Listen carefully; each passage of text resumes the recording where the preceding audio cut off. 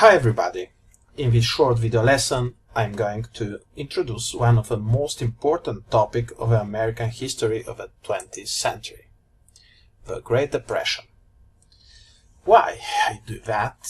Why should we study the Great Depression?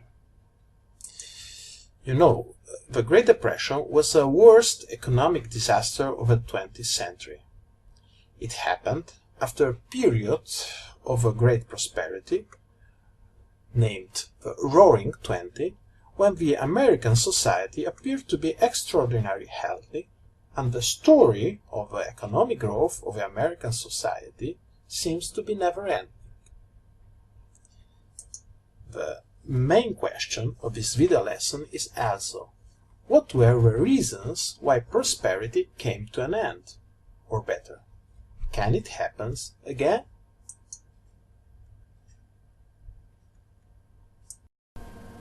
Commonly, the textbooks associate the Great Depression with the famous Black Tuesday.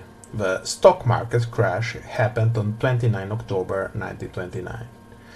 On this slide you can see the Dow Jones Index between the 1927 and the 1943. On September 1929, the Dow Jones Index reached the 381 points, and it would not regain this level for another 25 years. By the end of the summer of 1929, it was clear that the economy was contracting and the stock market went through a series of unsettling prices decline. You can see there. These declines feed investors' anxiety, and events soon came to a head on October 24, 28 and 29, known respectively as Black Thursday, Black Monday and Black Tuesday. In these 3 days, the Dow Jones fell more than 80 points. Why? Because the investors began to liquidate their stocks with sell orders, and on Tuesday the Dow Jones closed at 230 points. In the next 2 years, the Dow Jones Industrial Average Index would lose 89% of its value before finally bottoming out in July 1942. But what happened after the stock market crash? We must understand 2 important concepts. First, the bank run, and second, the bank failure. What happened? What is a bank run? The bank run occurs when a large number of customers withdraw cash from deposit account. It happened in October 1929 because of crash of a stock market crash. So what mean? A lot of people went to the bank and want the money back. This caused a bank suspension. The other concept we must understand is the bank failure. What is a bank failure? When the bank ran out. It happened, it was a common phenomenon in the United States of America. You can see on this graph what happened in 1925, still 1929, but still 1940 the number of this failure rise, and the 1943 was the real important year for American bank system. A lot of banks ran out in this year.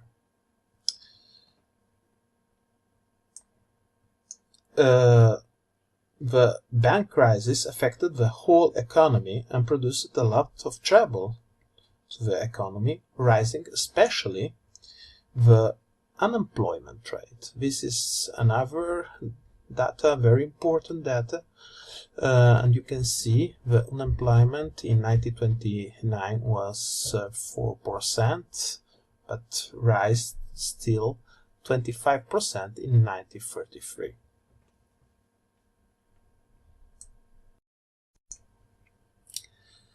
But was really the stock market crash the main cause of a bank's failure?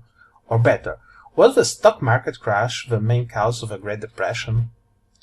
Probably no. And just one data can help us to understand why. The percentage of American households owning stocks in 1929 was probably less than 10%. Today is about 50%. That means it's clear that the Wall Street crisis doesn't affect directly the largest part of American society, but with a stock market crash, something began to get wrong in the economy, and the unsolved problem of the United States economy became critical. But what caused really a Great Depression? We must say economists and historians still cannot agree on what really caused the Great Depression. But most of them, however, have agreed that we can search just one cause. The Great Depression happened because a combination of events and decisions came into play. We can see some of the causes together. First, the monetary policy ruled by the Fed. The Fed is the American Central Bank, the Federal Reserve Bank.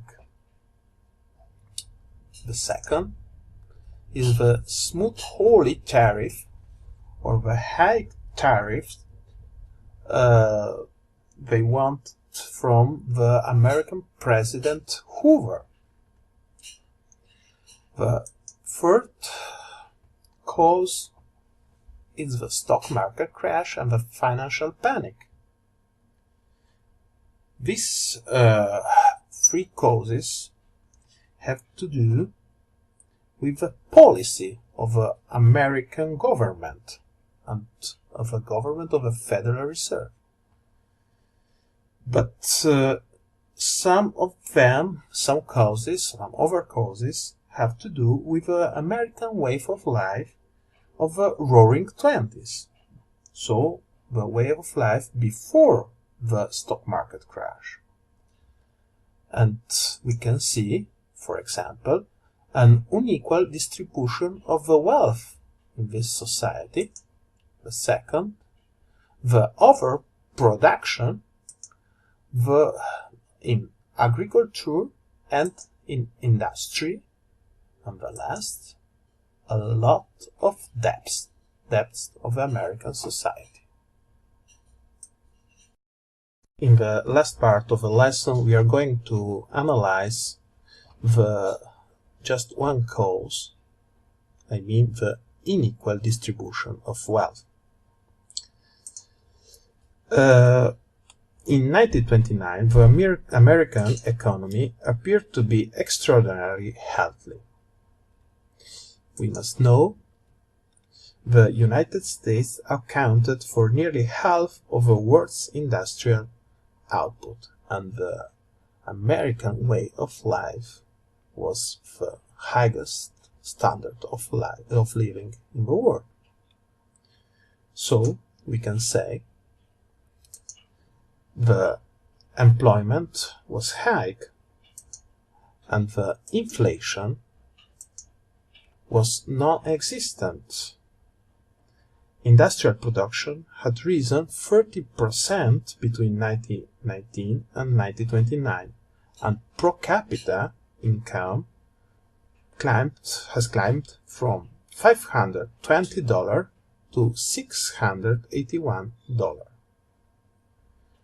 But the seeds of the Depression were already present in the boom years of the 20s.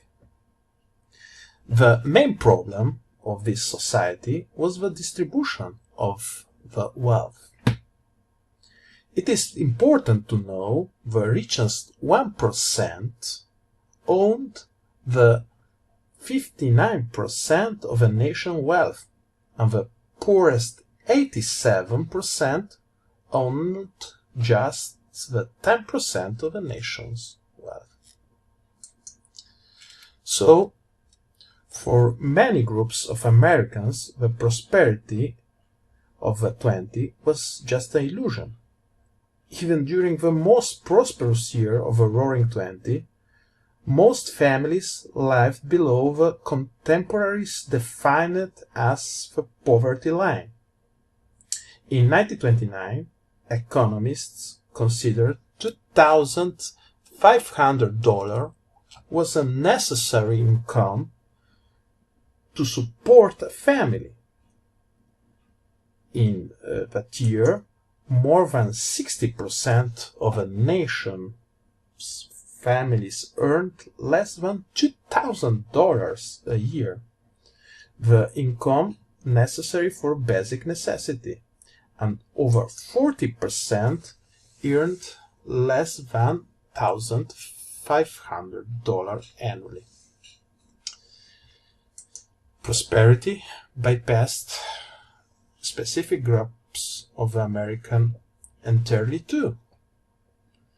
A report of a condition of Native Americans in 1928 found that half of them owned less than $500.